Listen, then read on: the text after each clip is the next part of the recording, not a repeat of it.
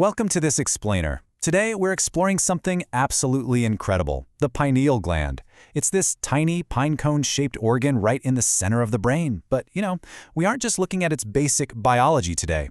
According to our sources, this little organ acts as a profound biological receiver-transmitter. It's constantly being modulated or influenced by our environment, the chemicals we consume, and even our energy. So let's explore exactly how this biological antenna is tuned and how that tuning might actually impact our consciousness. Okay, let's dive right into this. We'll be looking at this fascinating topic through 6 distinct lenses: the receiver of the soul, light and the nightworker, the brain's magnetic antenna, chemicals, toxins, and alchemy, awakening the inner fire, and finally, tuning the cosmic receiver. Section 1. The receiver of the soul, exploring the biological antenna. To really get this overarching metaphor of the gland as an antenna, we actually have to look back to the 17th century, when the philosopher René Descartes famously dubbed this tiny organ the seat of the soul. When we look objectively at esoteric traditions and alternative research, a really consistent theme emerges. They suggest this gland serves a highly specific function. It basically translates cosmic frequencies into our conscious awareness.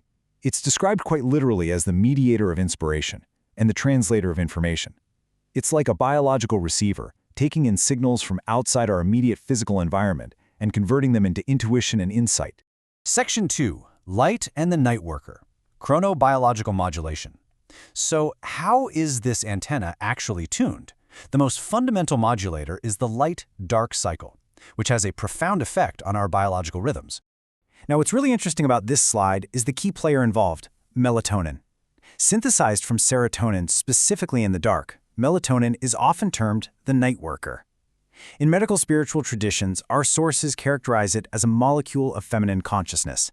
It's associated with the yin energy of deep reflection and receptivity. High pineal activity in the dark doesn't just help you get a good night's sleep, it is said to actively enhance intuitive knowledge and significantly reduce stress. But here's where modern society throws a massive wrench into the gears. We are suffering from what researchers call a darkness deficiency. Constant retinal exposure to artificial blue light from our phones, our TVs, our devices actively inhibits melatonin production. Without this crucial darkness, our sources argue, individuals are essentially prevented from reaching higher states of consciousness. And get this, exposure to an absolute excess of sunlight is claimed to literally physically shrink the pineal gland and lessen spiritual awareness. Crazy, right? Section 3. The brain's magnetic antenna, electromagnetic sensitivity. Because it turns out, the pineal gland doesn't just react to light, it literally acts as a highly sensitive electromagnetic sensor right inside your head. The biology here is just wild. The gland contains millions of microscopic crystals per gram of tissue. Specifically, it holds magnetite, which responds to magnetic fields like a biological compass, and calcite crystals. These crystalline components give the gland what are called piezoelectric properties.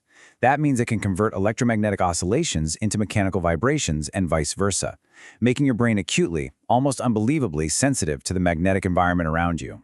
Because of this crystalline structure, the specific frequencies you're exposed to matter immensely. Natural Earth frequencies actually restore the gland through a process called kindling. This kindling cascades your brain with alpha and theta waves that encourage deep meditation. But on the flip side, artificial electromagnetic pollution like the 60 Hz EMFs from power lines or tetrapulse radiation from cell towers actively disrupts pineal activity, degrades your melatonin levels, and our sources link this to complications like infertility or depression.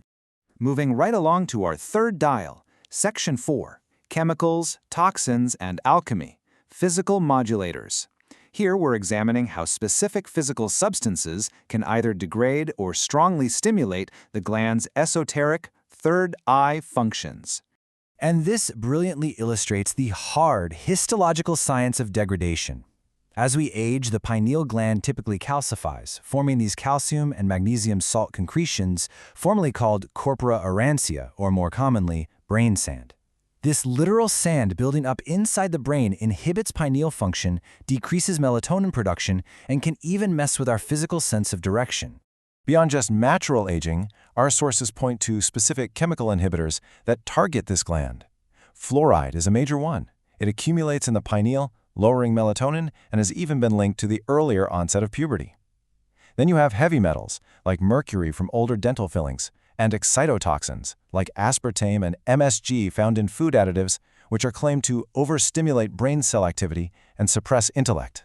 Now, impartially reporting on the other end of the spectrum, we have physical stimulation. According to some of the fringe historical lore in our sources, elite ancient bloodlines, often referred to as dragon bloodlines, sought to intentionally modulate their pineal glands. They allegedly consumed very specific alchemical stimulants, most notably a substance called starfire, described as melatonin-rich menstrual blood, alongside white monatomic gold. These substances were believed to stimulate their dragon synapses to facilitate literal interdimensional communication. Section 5. Awakening the Inner Fire. Energetic modulation. So we're moving from physical substances to the profound impact of subtle energy systems and higher states of consciousness on the gland.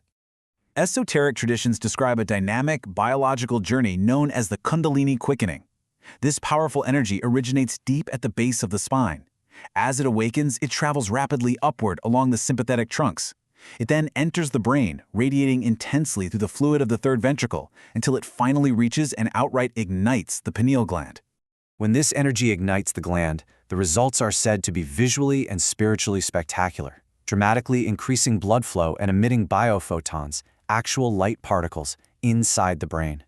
And here's the craziest part. The pineal gland contains the exact same rods and cones found in our physical eyes.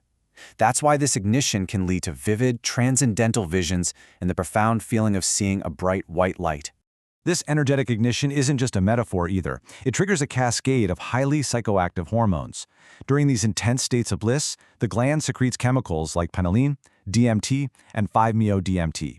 These are incredibly powerful neuromodulators and naturally occurring psychedelics that scientists have directly linked to profound mystical experiences, a sense of timelessness, and deep cosmic insight. Section 6. Tuning the cosmic receiver. Transcendent frequencies. We've looked at light, magnetism, toxins, and internal energy. How does this whole shebang come together to actually fine-tune our biological antenna? So the crucial point is coherence.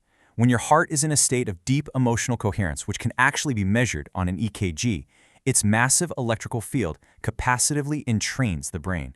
It creates this amazing piezoelectrical coupling between the brain and the glands. Esoterically, this process is described as the unfolding of the thousand-petal lotus. It's a magnetic unfolding that creates a perfectly tuned field, attracting cosmic information and imagery directly into the pineal gland. As we've seen, the pineal gland is way more than just a passive piece of anatomy.